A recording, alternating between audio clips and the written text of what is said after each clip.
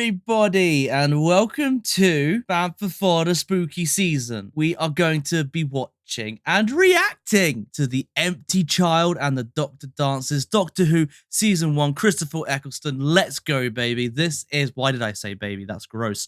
But I said it because I'm hyped. That's pretty cool. I'm excited because Doctor Who is my favorite show of all time, along with pro wrestling and Attack on Titan. What about Game of Thrones, man? Game of Thrones shut the bed at the end and it can't qualify because of that, I'm afraid. It's Doctor Who. What more? There's not much to say. Everyone knows what Doctor Who is. There's a guy, there's a box, there's time travel, mysteries, there's scares, there's adventure, there's an asexual alien who is the greatest character ever made in fiction. You got anything to add? This is good for our generation because we grew up in the UK, but we were both around good age to be watching this. So yeah, I mean, I have a lot of fond memories of this. Well, this episode actually, I don't have the fondest memories of because it scared me so badly that I didn't watch anything else until season 2. I remember actually when this came out, I was away for that weekend for some reason. My parents had to tape over it for me. Do you remember that? Like when, if you miss something on TV, your folks had to tape over it. They got it on the TiVo. And then I stuck it on when I got back and I was like, God, what the is going on? I mean, those weren't my exact words. I mean, I wasn't, but it's something along those lines. At the time, this was like the gold standard of scary Doctor Who. When I was on the playground, everyone was going on about how fucking scary this was. It's even kind of traveled forward to today as well. I think most people I know remember this episode as the scary one. Along with maybe the Weeping Angels sort of got to that level. That's the only one that touched the sides as far as I'm concerned, though, compared to this one. That's why we're watching it. We're going to watch it with adult eyes and not behind the sofa, or in my case, in my nan's kitchen. This isn't a screening room because this is TV. Let's head over to the Bamford Fodger casting couch. I'm so excited! Oh, the misunderstandings, all those red alerts, all that. We're the only species that red looks bad. So yeah, we would be. Christopher Eccleston's actually one of my favourite doctors. Oh yeah, definitely. Of all time. Doctors, I think I've seen at least one story from every doctor apart from Peter Capaldi, and he's still one of my favourites. Then again, I'm probably a bit biased. This title sequence still makes me so happy. It's like a warm hug. Exactly, yeah. It's not too overcomplicated. It's not too simplistic. It's perfect as far as I'm concerned. Yeah.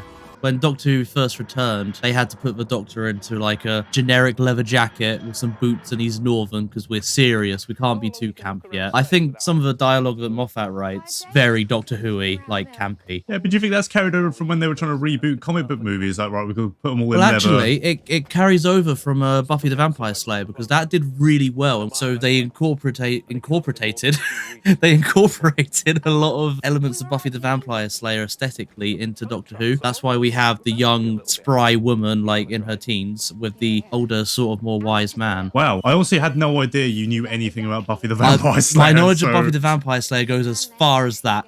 That's as much as I know. Okay. You now know everything I know about Buffy the Vampire Slayer. It's probably the most scary for Brits, though. Brits actually did call their mothers mummy when they were kids. Yeah, that's what Stephen Moffat is the genius of, taking something really everyday and mundane, like a crack in the wall or a stone statue, and just making it terrifying. Rose Tyler did not just skip gym day. I would have fallen to my death. Ring it. This isn't a real phone. It's not wired up to anything. It's Just so creepy. So creepy. I always hate like phone conversations that go like that because you always imagine what's on the other side as well. I feel like that's even more horrific. If I'm being critical, how is she not dead? Like, she has been there for a long time now. She's been there long enough, for sure. Oh god, it's Mr. Whip My Dick Out on set. Yeah. That would not be allowed. Well, it's also the context of knowing what he was actually like on set is like making it a bit gross now. It was until you... God. And that, yeah. It was until you just mentioned it, I completely forgot about that. Or him being an arsehole. Yeah. Look at that. Bet it's off the black market. The black market for turkey. Yeah.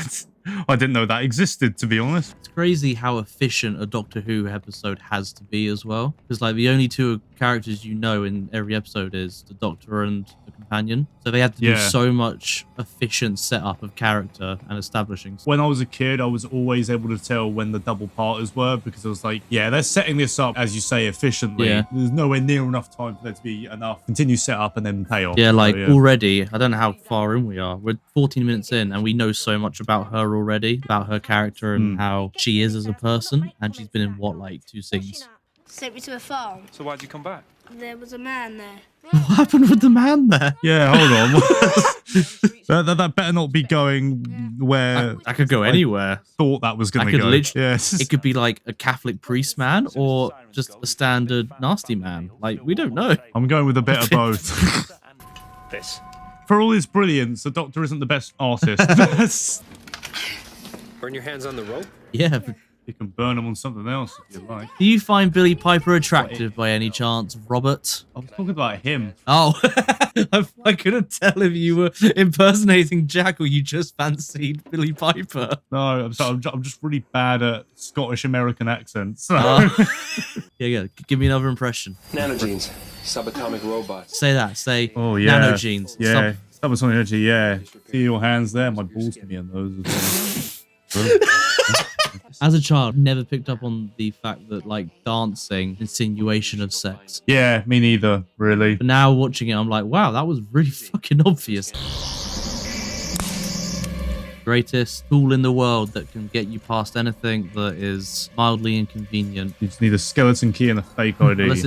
Unless it's deadlocked. But then he got Yes. past the deadlock once, so had to become double deadlocked. Dying, I should think. I just haven't been able to find the time. You're a doctor. I have my moments. I just love Moffat's dialogue. Although I guess it falls a bit into everybody's witty. I suppose, yeah, but then again, I guess it's they are covering a lot of time periods and worlds. Yeah. And they're covering a lot of ground, basically, so it wouldn't be too surprising to see that a lot of people are witty. It's not fucking around, is it? Oh my god. Oh. Yeah, there was at one point there was a bunch of like cracking and stuff put in. Yeah, I see what you mean. Like it definitely seems a lot more subdued compared to what you were describing. Oh no, Maybe. a random flying apple. Yeah. Go for the apple. I'm hungry. I could probably eat this thing. Oh wait, that's just The apple like grows a gas mask. yeah. Still gets me.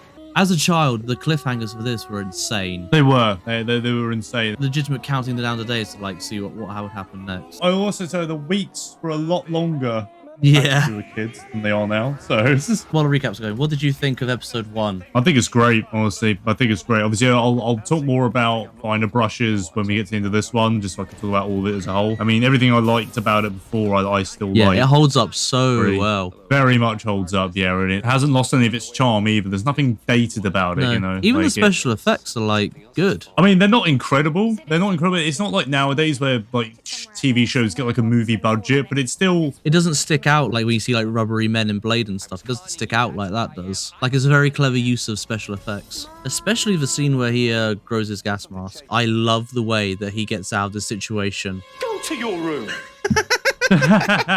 go to my room. So good because it is a child. But I get the sense that he didn't know that that would work. He sort of had like a good idea that it might. I'm really glad that worked. Yeah, Yeah, yeah. you did There it. you go. Yeah, yeah. Oh, I forgot about that. Why would you do that, boy?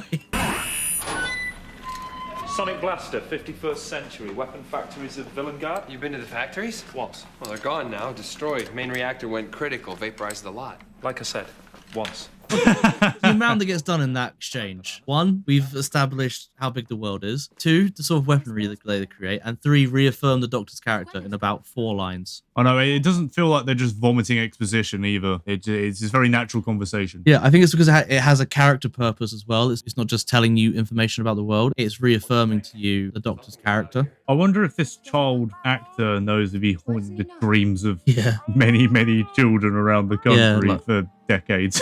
The way it takes that same phrase and it goes from creepy to just incredibly sad and then both at the same time from now on. Just it's something we can all relate to in one way or another as well. Yeah. So. Like if you're like a young child in Tesco or something who accidentally wander down an aisle and your parents are down a different one and that sort of panic as to where they've gone. Or even something as simple as just the light being off and you can't find Yeah. it. You know, if you're really young, I think everyone can relate to it in some way. Half this street thinks your missus must be messing about with Mr. Averstock, the butcher.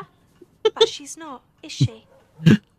You are. Oh! Wait, whoa! It's hilarious, right? A lot of old school Doctor Who fans try to claim that Doctor Who now is too quote unquote woke, too like progressive or whatever. But in Yeah. season 1, we've got a pansexual time traveler and a man having an affair with another man. And again, that's something I definitely did not pick up on that when I was a kid. at I'll all. concede So, that the modern way of doing it is much more in your face and this is much more well done. That's a fair concession to make. Oh, definitely, yeah. But like, it's been there from the start. But I think it not being as in your face is definitely a key. It also makes it better. Thing. Makes it more effective as well. Make for the door.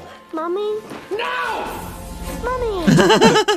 I just want to say for the record, I fucking hate bananas. They are the worst fruit on the planet. They smell disgusting, they smell like sick, they taste like sick, and they should be eradicated from the planet. Fair enough. I don't mind them.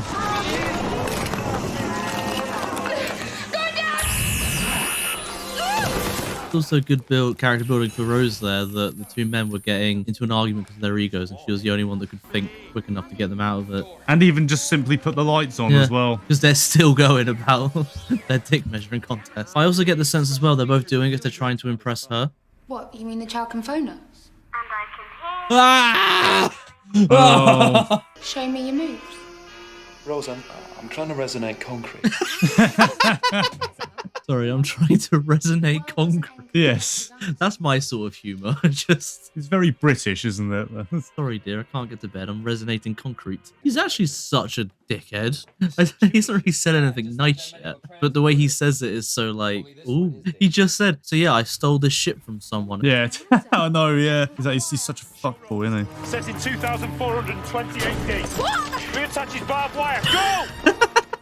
Has a barbed wire setting. I'm really glad he remembered to include that when he was modifying it. I wonder if someday I'll need to fix barbed wire. Yeah, I'll put it in just in case. So mature though, isn't it? It's adult, but not in an inappropriate way. That's another thing I respect about it. Really clever way of doing the twist as well. Because the first twist is that it's her brother, and then they reverse that again. And then it makes even more sense. It's a very Moffat thing as well, to save the world with a hug. So at the time of this series, there was so much death. Like every episode just had so much death in it. This is the first episode and the first time in the revival where everything is saved without like any tragedy. When I was a kid and I saw this episode was called The Doctor Dancers, I thought it was literally just a reference to what happens like near the end of the episode. But I guess The Doctor Dances is actually him rejoicing over there being no death, just for a change. And really probably his first true victory since Time War. This is the trap that Moffat falls into in his showrunning though, where all of a sudden there's not really any consequences because everyone always lives. Having it here is so nice. One of my favorite jokes. Mrs. Harcourt, how much better you are looking. My leg's grown back.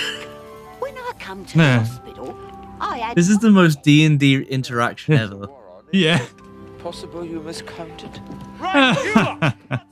And there we go, The Doctor Dancers. And that's all they were ever insinuating. Yes. The only things. Well, what did you think of it, Bob? Probably one of the most famous Doctor Who stories, especially from the revival. I think for good reason. Definitely iconic, but I would say it does so much in terms of story and in terms of themes in a very concise, very well put together little package. I think my favorite part of it, I love seeing horror type attributes put into kids' shows, but not watering it down. They don't insult children's intelligences. I always think when it's a children's thing and it's got to be scary, a lot of the times it's actually scarier than adult things because it can't fall back on like gore, cheap jump scares. The scariness of it has to be legitimate in order for it to be effective in a kids' TV show. That restriction makes it creepier for me. Yeah, for sure. They can't really fall back on cheap tricks, so to speak. Yeah. Including a lot of things that are for adults. I mean, adults would get, like that guy having the whole affair with his butcher. Yeah. I mean, is her name Nancy? The named mummy, yes, that is Nancy. With it being revealed that Nancy was the mother, I think you only really realise as you get older as well how harsh that is, a mother to be that young, raise a child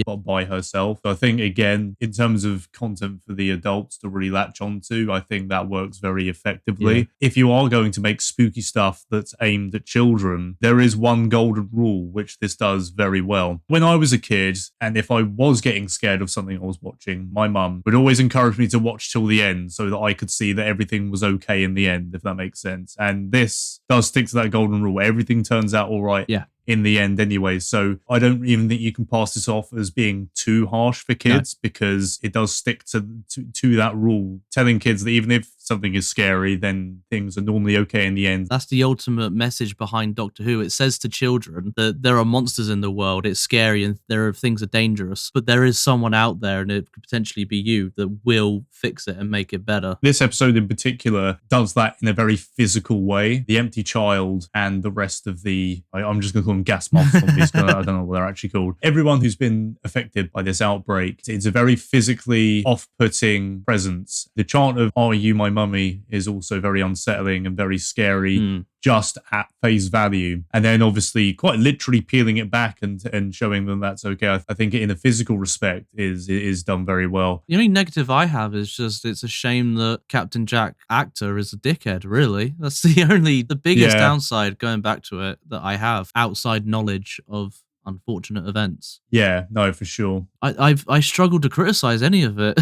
It's so well done. Overall, it's an incredible story from Doctor Who. It's one of the best, and it's one of the most well-known. Yeah, and it's not undeserved. Rewatching it, it's very obvious why it's so well-renowned as a story. I still wouldn't say this is my favorite of all time. I can still think of a couple that I like more. If you were to say which was one of the best Doctor Who episodes, this is one of them. I wouldn't say it's my favorite. I'd actually say out of the outright spooky scary ones, this is the best one of those. I'd say it's better than Blink in that regard. Yeah, I think I'd be quite hard-pressed to disagree, really. Every bit of dialogue furthers either a character or a plot point. There's no wasted time. Everything's super efficient and well done. All of the characters are really well set out and everything. The messaging and themes are incredible. It's just really good. What would you give it out of 10? Complete package. I'm going to rate it pretty high. I'm going to give it a 9.1. You ready for this? I'm going to give it a 10 out of 10. Whoa! Because I can't find a flaw with it. Well, I never want a 10 out of 10 to be like an unattainable perfect goal. Things can be 10s out of 10s, and I think this is closest you're going to get. Thank everybody for watching, all potentially 50 of you, maybe